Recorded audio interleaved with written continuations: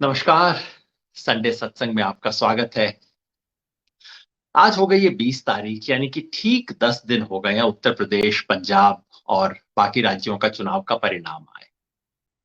उसके बाद से जब से मैं अपने दोस्तों से मिलता हूं, सब में एक अवसाद, एक तरह का निराशा, बुझा हुआ मन, शोल्डर्स डाउन, ये सब देख रहा हूं पिछले 10 दिन से।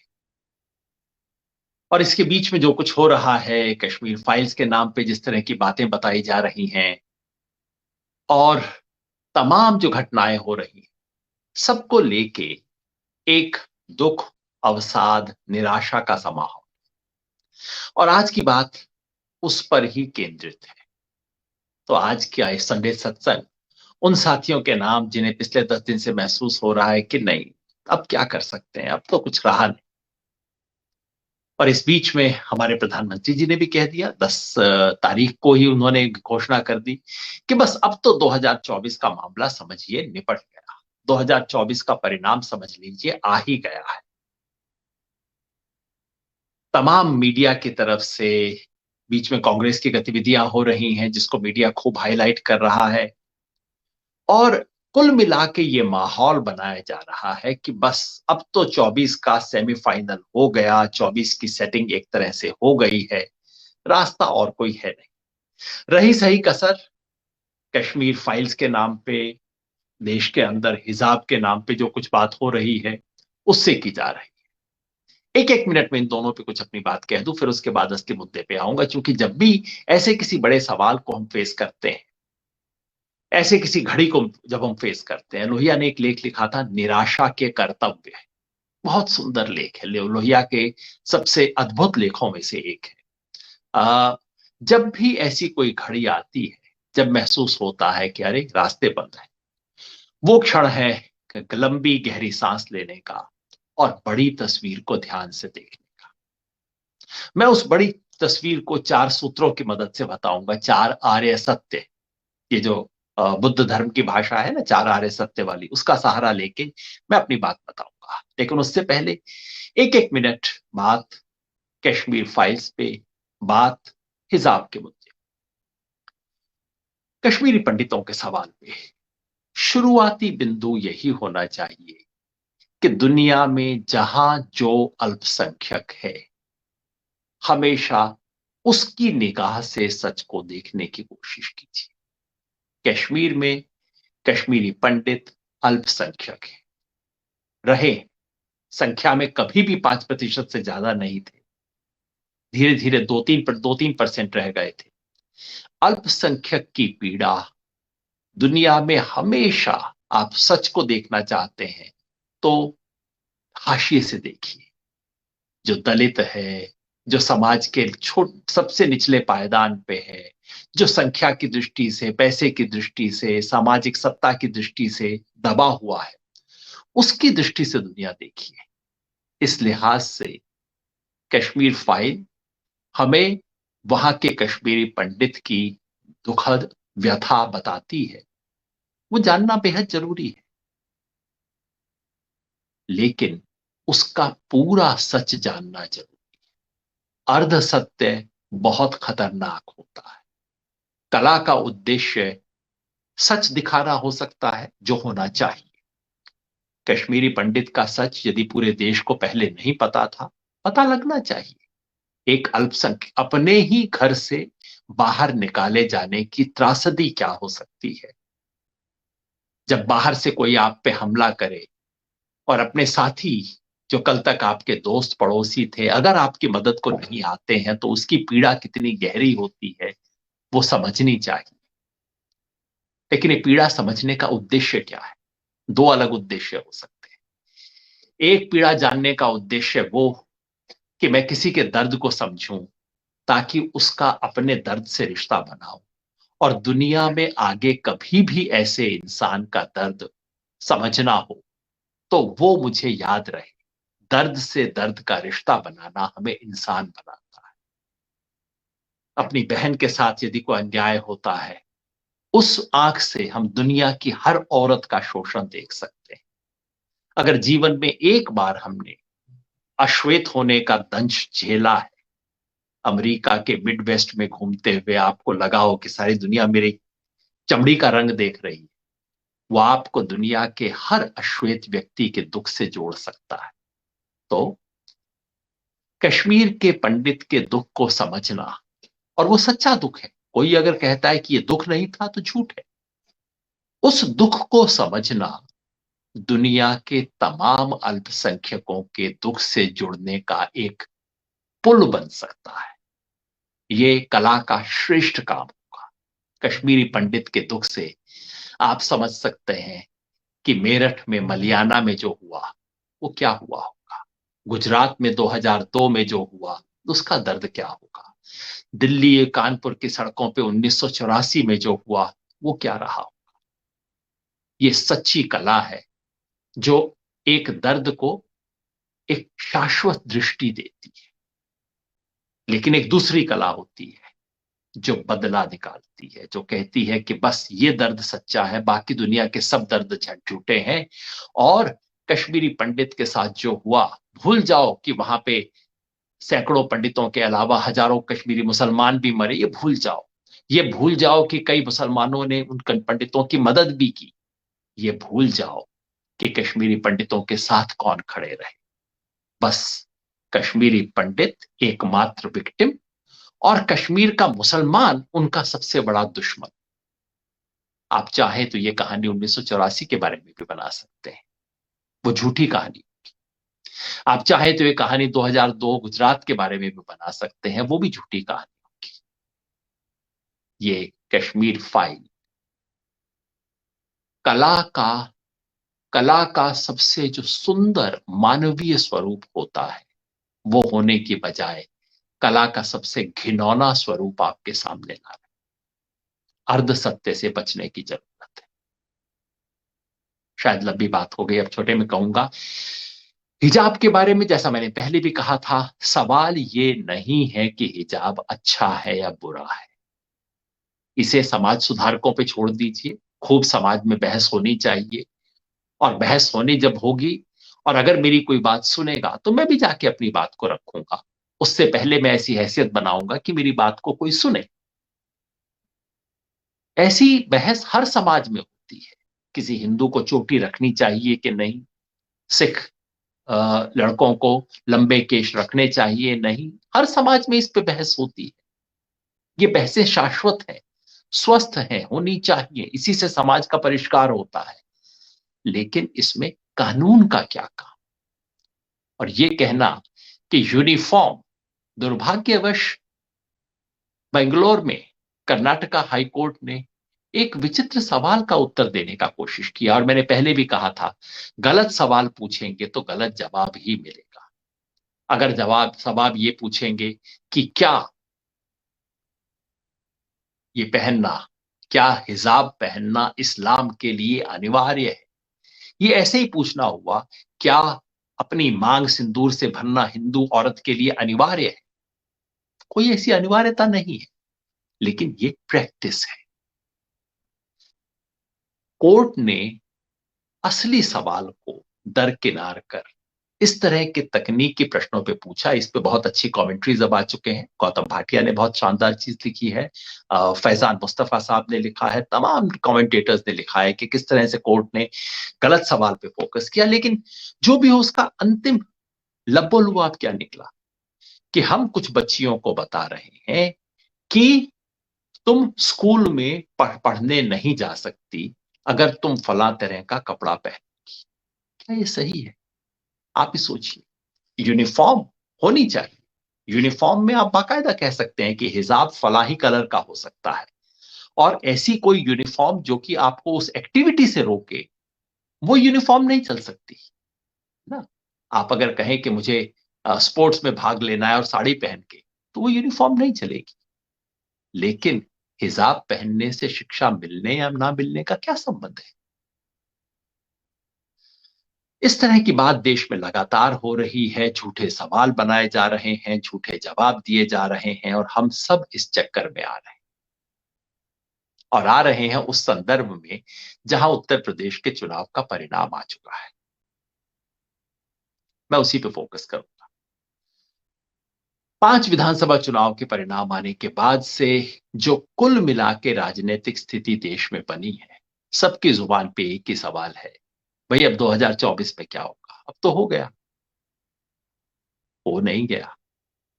सारा खेल यही है। सारा खेल यही है कि आप और मैं, हम सब लोग ये मान के बैठ जाएं कि भाई अब तो हो गया।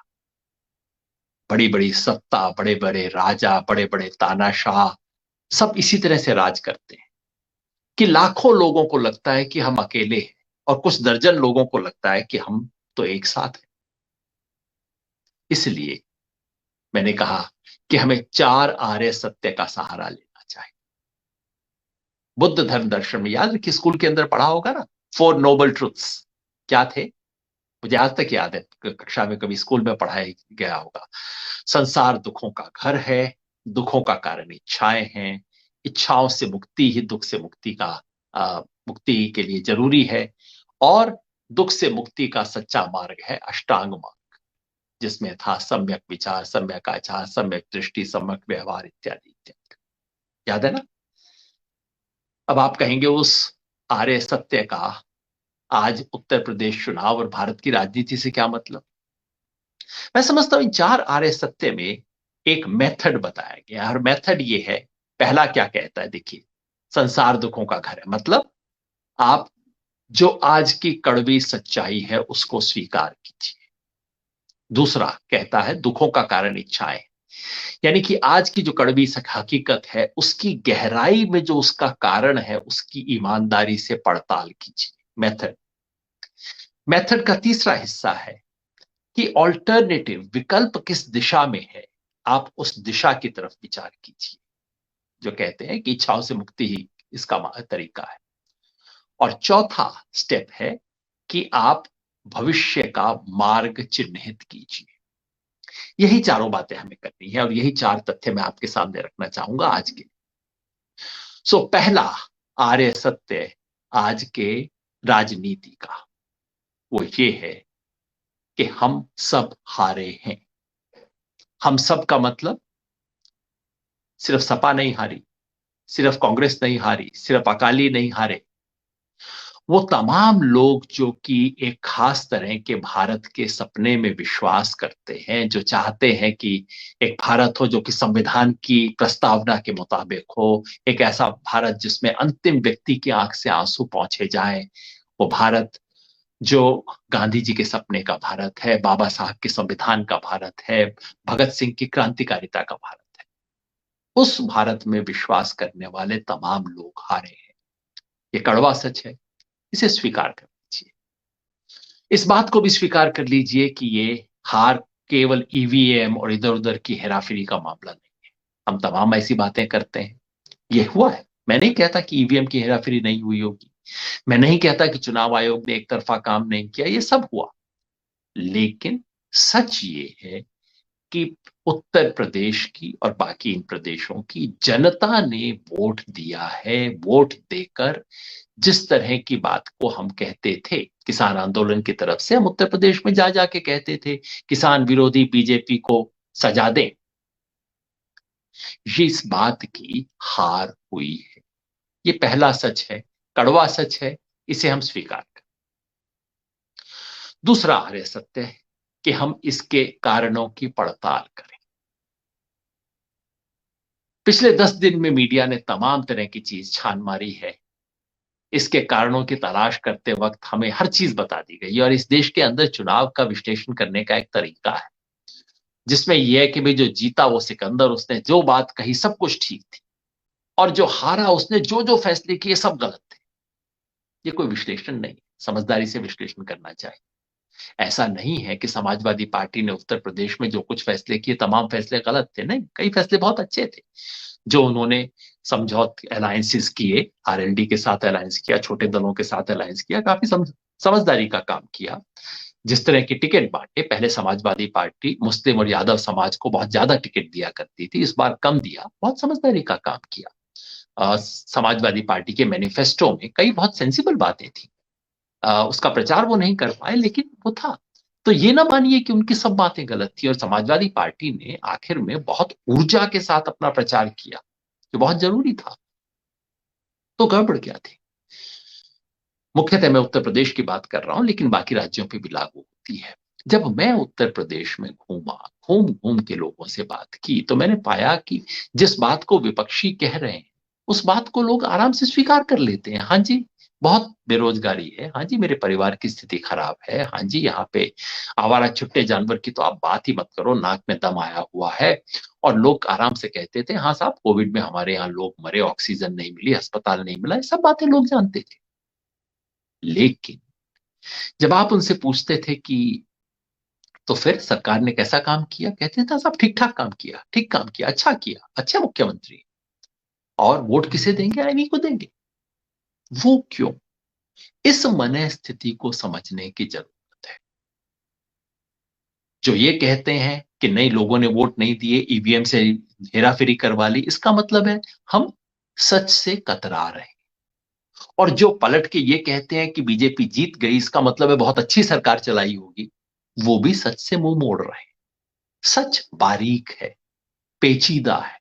और सच ये है कि बीजेपी ने एक तरह से वोटर से एक अलग स्तर पे, एक इमोशनल स्तर पे रिश्ता बनाया। वो रिश्ता सिर्फ लेन देन का रिश्ता नहीं है। रिश्ता ऐसा है कि वोटर नुकसान सह के भी उनके साथ खड़ा होने को तैयार है। वो रिश्ता ऐसा है कि वोटर मानता है कि हाँ, मुझे ये चीज नहीं मिली, होना चाहिए था, लेकिन ये मेरे अपने लोग हैं। वोटर उनकी तरफ से बहाने बना रहा है। जो बहाने पार्टी को बनाने चाहिए, वो बहाने वोटर बनाता है कि साहब देखिए, गाय को तो हम ही छोड़ते हैं ना, छुट्टे जानवर की समस्या तो हमने क्रिएट की है, इसमें बेचारी बीजेपी क्या करे, इसमें मोदी जी क्या करें, इसमें योगी जी क्या करें। जब वोटर पार्टी के लिए बहाने बनाने लग जाए तो समझिए मामला गड़बड़ है।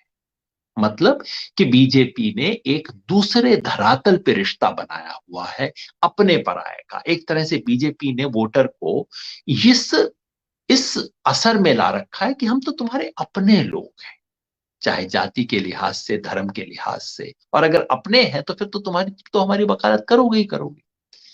यहां दिक्कत है। और ये अपने कैसे बनाया हुआ है? एक खुल्लम खुल्ला सांप्रदायिकता के आधार पे, जिसमें अयोध्या का खेल है, जिसमें काशी विश्वनाथ का खेल है, जिसमें तमाम तरह के सांप्रदायिक हिंसा भड़काने का खेल है, जहर फैलाने का खेल है, वो है। लेकिन सिर्फ वो नहीं है। सांप्रदायिकता के साथ साथ बीजेपी ने राष्ट्रवाद और हमारी सभ्यता संस्कृति की परंपरा पे कब्जा किया है। ये कब्जा बिल्कुल नाजायज कब्जा है, क्योंकि भारत के राष्ट्रवाद से इनका कोई संबंध नहीं। इस देश की परंपरा, इस देश की विरासत, सांस्कृतिक विरासत को तो ये लोग जानते भी नहीं, समझते भी नहीं। लेकिन इनका कब्जा है। जब तक वो रहेगा तब तक चुनाव जो है वो टिल्टेड रहेगा। ऐसा नहीं कि बीजेपी हारेगी, मगर शुरुआत बीजेपी, मतलब कांटा जो है एक तरह से झुका रहेगा। अब आप उसके अंदर बहुत सारे बात डाल देंगे तो कांटा हो जाएगा, लेकिन कांटा लेवल प्लेइंग फील्ड नहीं है। वो प्लेइंग फील्ड बीजेपी के पक्ष में झुका हुआ है शुरुआत से ही। जब तक इसका समाधान नहीं होगा, तब तक किसी बड़े पैमाने पर बीजेपी की हार संभव नहीं। तो दूसरा आर्य सत्य ये है कि बीजेपी की जो जीत है वो केवल चुनावी जीत नहीं, वो एक गहरे स्तर पर एक उसका वर्चस्व है, राजनैतिक, सांस्कृतिक, वैचारिक वर्चस्व है बीजेपी का। तो तीसरा सूत्र कि हम किसी बने बनाए विकल्प के आधार पे काम नहीं कर सकते। विकल्प हैं, हो सकते हैं, लेकिन ये जो बने बनाए विकल्प हैं, पिटे पिटाए फॉर्मूले हैं, इनसे बीजेपी का मुकाबला नहीं किया जा सकता। कांग्रेस की जो अवस्था है वो तो सबके सामने है। इस देश में कांग्रेस का बहुत बड़ा स्पेस है, लेकिन आज की कांग्रेस उस स्पेस को ग्रहण करने में असमर्थ है। स्पेस क्यों है? क्योंकि कांग्रेस के स्पेस का मतलब जो आजादी के आंदोलन की कांग्रेस थी, जिसने इस देश को जोड़ा था, उसने जो जगह बनाई इस देश में, वो इस देश के सार्थक राष्ट्रवाद की जगह है। वो इस देश की सांस्कृतिक विविधता की जगह है।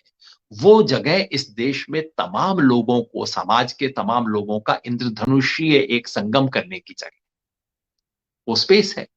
लेकिन उस स्पेस पर आज की कांग्रेस उसकी दावेदार होती दिखाई नहीं देती है। और कौन होगा? क्षेत्रीय दल आ रहे हैं। क्षेत्रीय दलों की सीमाएं भी इस बार स्पष्ट हो गई। तृणमूल कांग्रेस ने कोशिश की गोवा में आने की, चला नहीं।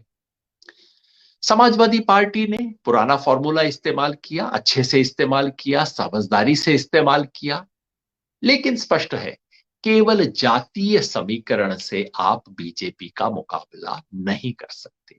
ऐसा नहीं है कि समाजवादी पार्टी की जातीय समीकरण खराब था, हाँ, और यादव मुस्लिम समाज दोनों में उसको खूब वोट मिले, जितने मिल सकते हैं उतने मिले, उससे ज्यादा मिल नहीं सकते किसी पार्टी। लेकिन केवल इस आधार पर आप बीजेपी के राजनीतिक और सांस्कृतिक प्रभुत्व का मुकाबला नहीं कर सकते। एक बात और हुई है, इस बार चुनाव में आम आदमी पार्टी की विजय से एक अलग अवधारणा बनी है। आम आदमी पार्टी की विजय से कई लोगों को अब लगने लगा है कि भाई यही विकल्प है, यहां रास्ता निकलेगा। लेकिन उसके बारे में थोड़ा समझदारी से सोचने की जरूरत है, थोड़ा सावधानी से रुक कर सोचने की जरूरत है। पहला तो मैं कहूंगा, थोड़ा धीरज रखिए। केवल मजबूरी में, केवल इस अवस्था में कि हाय बीजेपी का मुकाबला कोई नहीं कर सकता, चलो ये जीते हैं, चलो ये बेहतर ही होंगे, इस अवस्था में केवल विश्वास मत कीजिए, काम देखिए। अब तक सही बात है, अभी तक आम आदमी पार्टी के किए पर पॉजिटिव नेगेटिव कुछ कहने का पंजाब में कोई स्थिति नहीं है। समय लेना चाहिए, देखना चाहिए क्या करेंगे, क्योंकि ये पहला इम्तिहान है। आम आदमी पार्टी कहती है कि उसके पास गवर्नेंस का एक मॉडल है। उस गवर्नेंस के मॉडल की परीक्षा पहली बार अब पंजाब में होगी कि वो गवर्नेंस का मॉडल क्या कोई नया मॉडल होगा, या कि वो भी कुछ गुजरात मॉडल जैसी कोई चीज निकलेगी, देखना होगा। क्योंकि ये अब एक सिटी स्टेट नहीं है, एक नॉर्मल स्टेट मिला है, जहां अच्छी बात यह है कि वहां पे कोई विघ्न नहीं है, वहां कोई लेफ्टिनेंट गवर्नर नहीं है, पूरा मूल्यांकन हो सकता है। वहां पैसे कम है जैसे साधारण राज्यों के पास होते हैं, तो मॉडल ऑफ गवर्नेंस का टेस्ट होगा। लेकिन दो चीजों के बारे में, दो चीजें हैं जो मुझे चिंतित करती हैं। अभी से उनके गवर्नेंस के ऊपर टिप्पणी नहीं करनी चाहिए, इंतजार करना चाहिए। दो बातें हैं जो चिंता करती हैं। पहली बात ये कि कहीं ऐसा तो नहीं कि अगले 2 साल तक आम आदमी पार्टी का लक्ष्य और भारतीय जनता पार्टी की इच्छा दोनों एक दूसरे से जुड़ रही।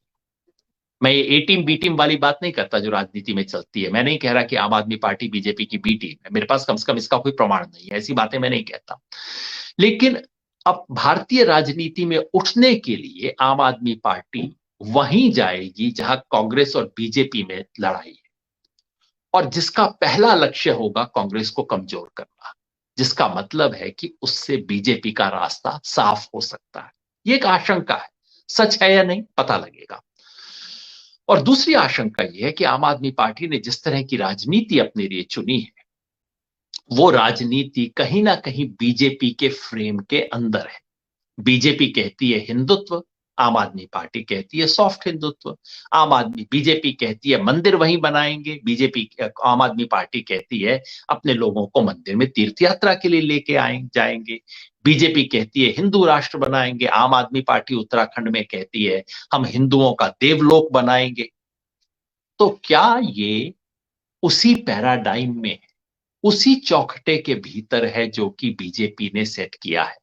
और क्या आम आदमी पार्टी की विजय भारतीय राजनीति को विकल्प देगी, या कि बीजेपी के चौखटे को और मजबूत कर, आरएसएस का जो चौखटा है उस चौखटे को मजबूत करेगी? याद रखिए, किसी भी विचारधारा की सबसे बड़ी विजय वो होती है जब उसके पास सत्ता भी है और विपक्ष भी है।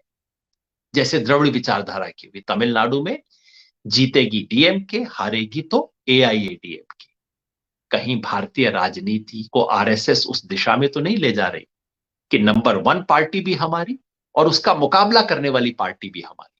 बीजेपी और आम आदमी पार्टी का संबंध कहीं उस दिशा में तो नहीं जा रहा। विरोध है, राजनीतिक विरोध खूब रहेगा जैसा कि डीएमके और एडीएमके में रहता है, लेकिन वैचारिक खांचा कहीं एक तो नहीं है। ये दो खतरे हैं जिसके प्रति आगाह रहना है। बस जिक्र मैं इसलिए कर रहा था कि ये जो तीसरा आर्य सत्य जिसकी हम बात कर रहे हैं वो है कि बना बनाया विकल्प उपलब्ध नहीं है।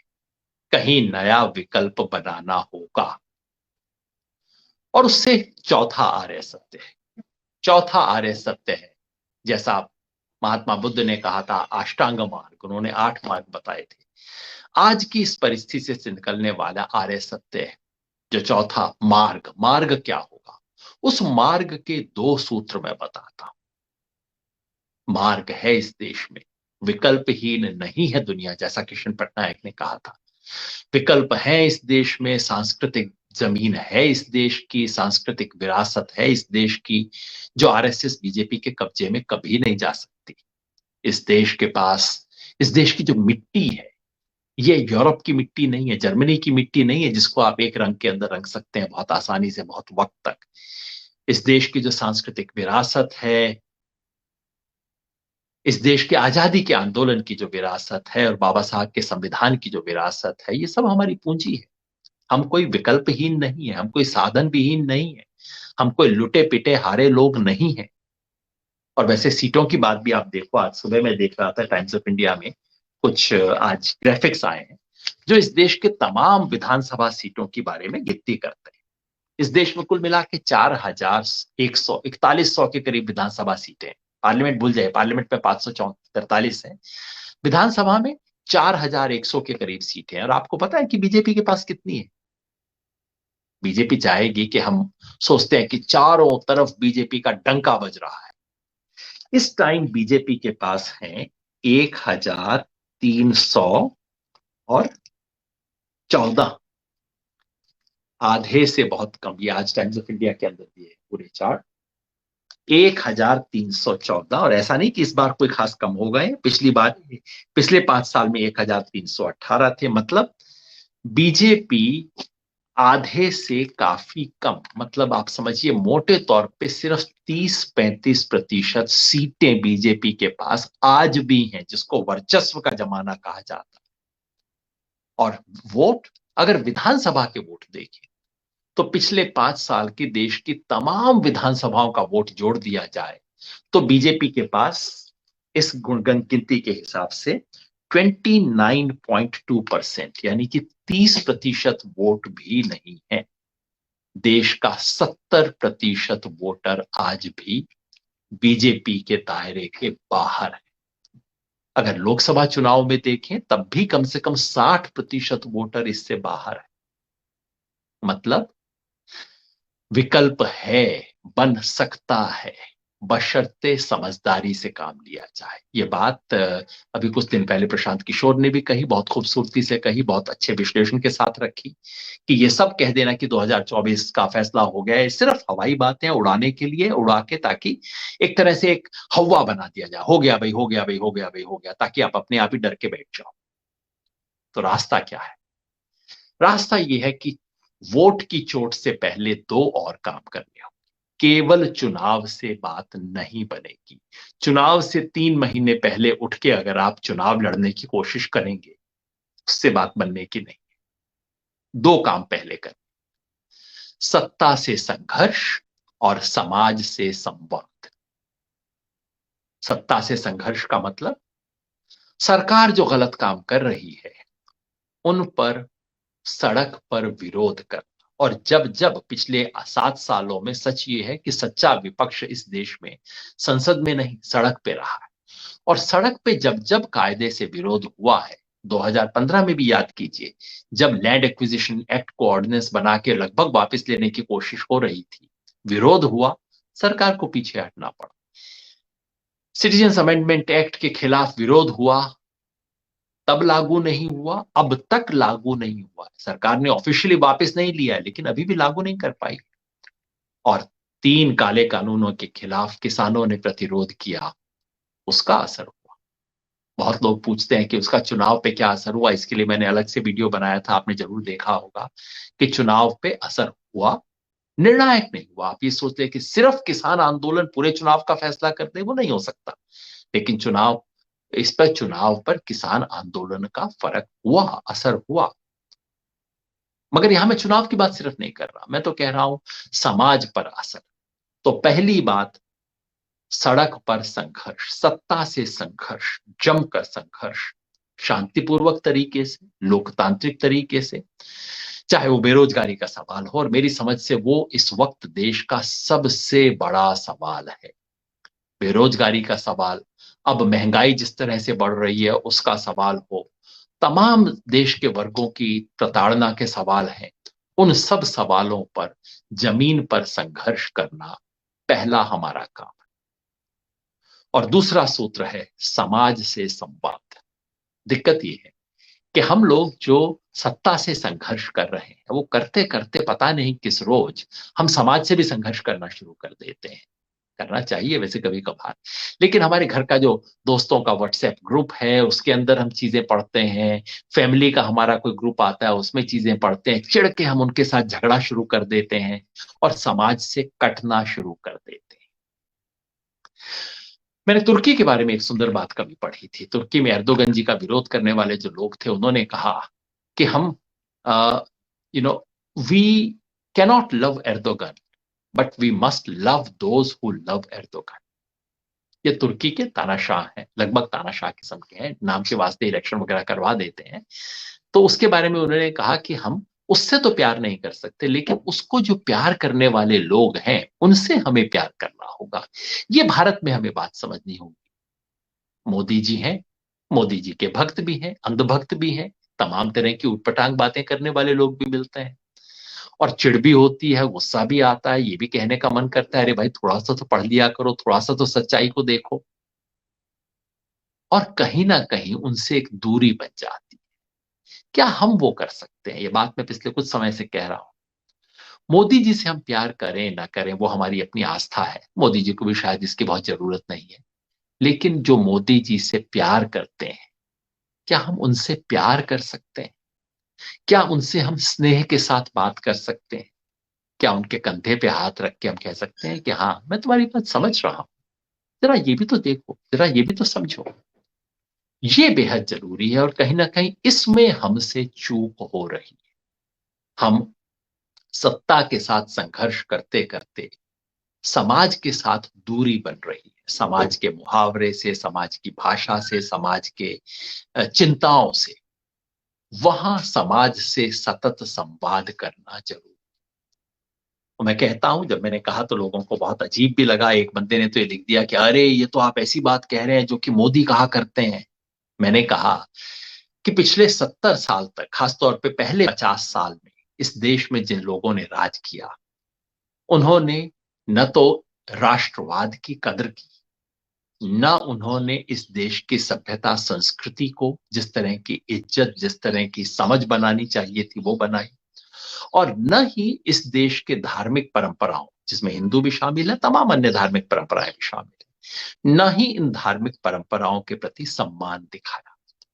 जब आप ये तीनों चीजें छोड़ देंगे, इन तीनों चीजों को उठा के उन लोगों ने बीजेपी की, उस जमाने में जनसंघ हुआ करती थी, फिर बीजेपी आई, उसकी थाली में रख दिया, ये बेकार की चीजें हैं, तुम ले जाओ। और जब बीजेपी की थाली में तीनों चीजें आ गई सन 1980 तक, तो उसके बाद उन्होंने देश पे कब्जा करना शुरू किया।